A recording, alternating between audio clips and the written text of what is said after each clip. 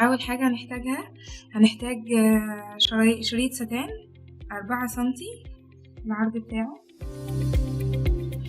هنحتاج منه 8 قطع، كل واحدة فيهم حوالي 20 سنتي.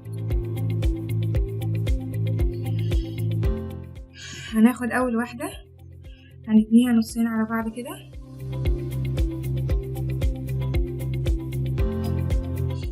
ونفتحها تاني من عند الخط التانية اللي احنا عملناها من ورا. هنتني كده،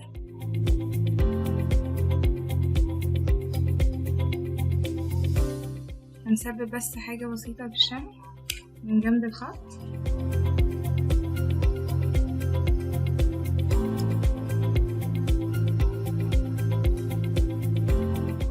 زي ما احنا شايفين مع بعض.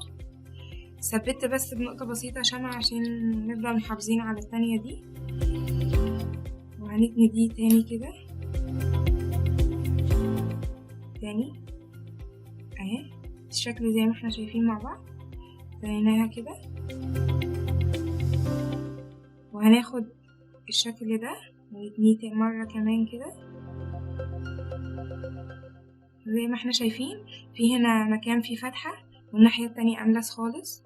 احنا هنتني عكس الفتحة لورا كده، وهنثبت اللي احنا عملناه ده بدبوس.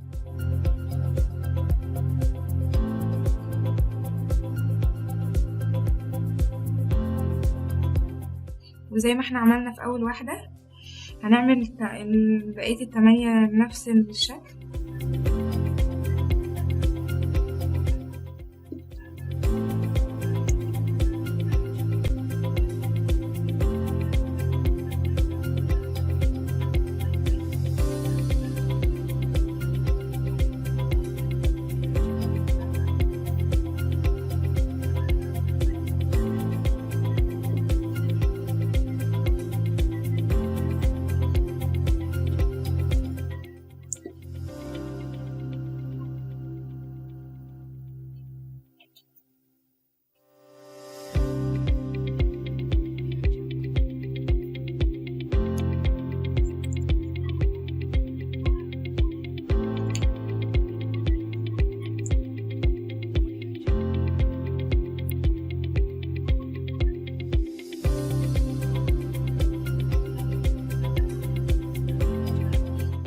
زي ما احنا شايفين عملنا 4.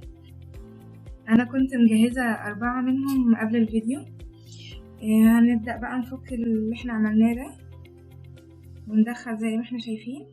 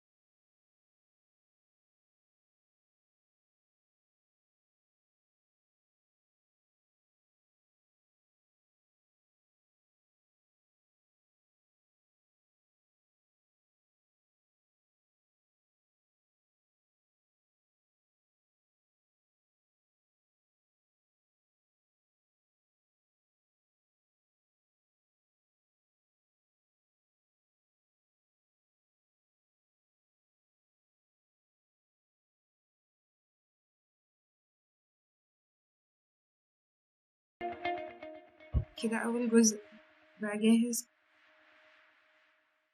تعالوا نجهز التاني زي ما عملنا في الأولاني بالظبط.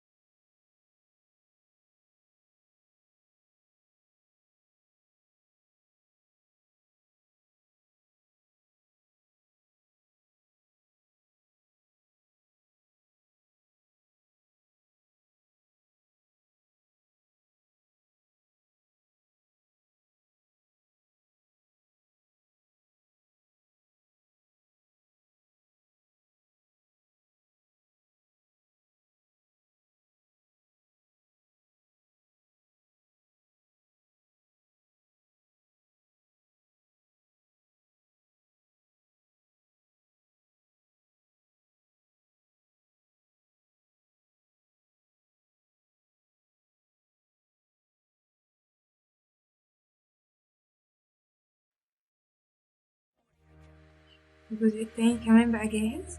بقى كده معانا جزئين نفس الشكل. مش هنحط الفيونكة بيبقى فيها، شايفين الطرف ده كبير وفيها طرف صغير، وهنا برضو نفس الشكل، طرف كبير وطرف صغير. مش هنحطهم قصاد بعض، هنحطهم عكس بعض كده زي ما احنا شايفين، الطرف الكبير الناحية دي والطرف الكبير الناحية دي. هنبدأ نحطهم على بعض كده ونثبتهم كويس.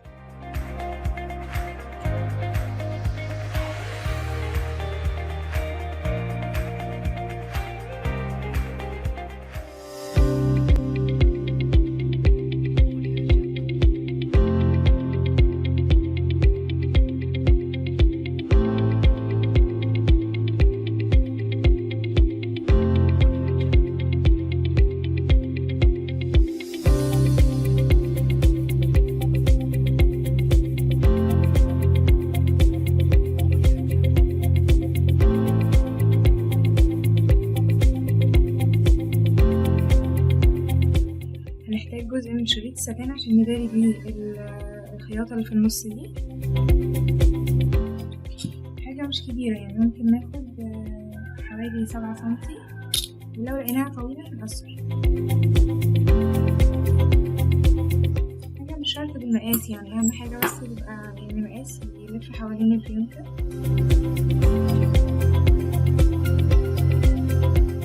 طبعا مش هناخدها بالعرض، هنتنيها 3 مرات على بعض بالشكل ده زي ما احنا شايفين كده. هنثبت بس الحته دي بالشمع.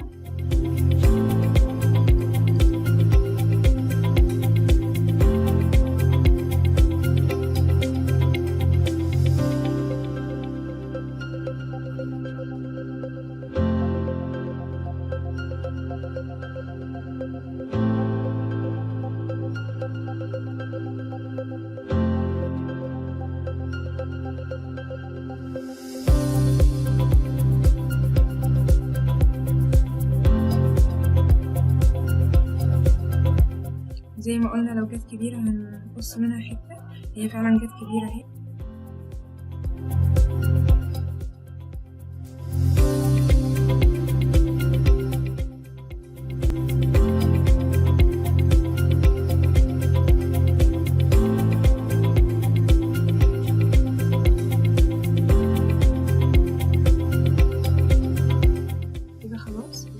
تقريبا خلصت. نحط لها بس خرز او اي حاجه نزينها بيها.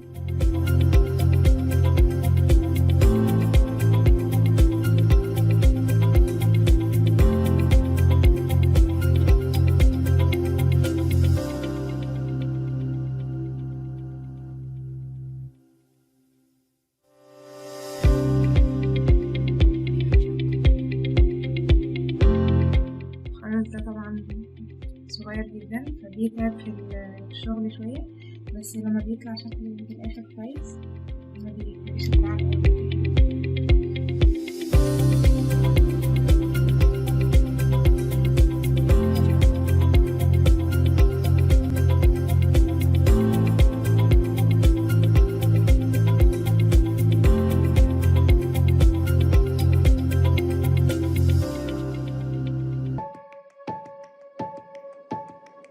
كده خلاص تقريبا الفيونكة خلصت زي ما احنا شايفين كده. عايزين نحط عليها اكسسوارز من هنا هنحط عادي. بعد ما خلصنا الفيونكة كده انا هحط لها كليبس من ورا زي ده كده عشان تستخدم زي توكة، تبقى شكلها حلو جدا.